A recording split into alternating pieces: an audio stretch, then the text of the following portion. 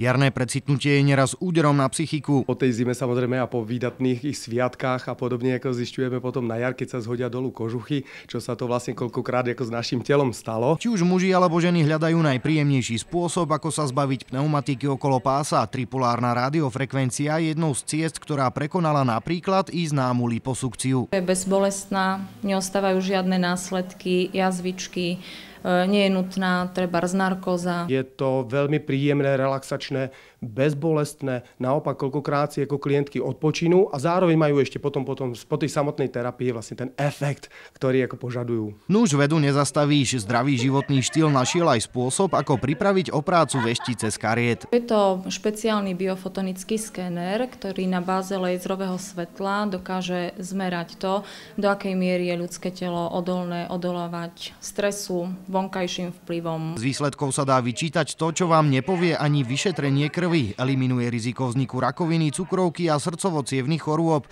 Je to kompletný monitoring imunity organizmu. Zima dala zabrať nielen orgánom, ale aj pleti. Po tej zime najdôležitejšie je to, že tú pokožku treba hydratovať, starať sa o ňu, lebo teda radiátory nám tú pokožku vysušili, zima, vietor, mráz. Nechať si poradiť je neraz najlepším rozhodnutím. Každá žena po zime by sa mala trošku zregenerovať, nielen telo, ale aj tvár. Telu i pleti pomôže jarná detoxikácia organizmu. Človek rozmýšľa, čo vlastne robiť, aby samozrejme došlo ako k razantnej zmene. Najlepším a najjednoduchším spôsobom k zdravému výzoru i postave je však pohyb a správna životospráva.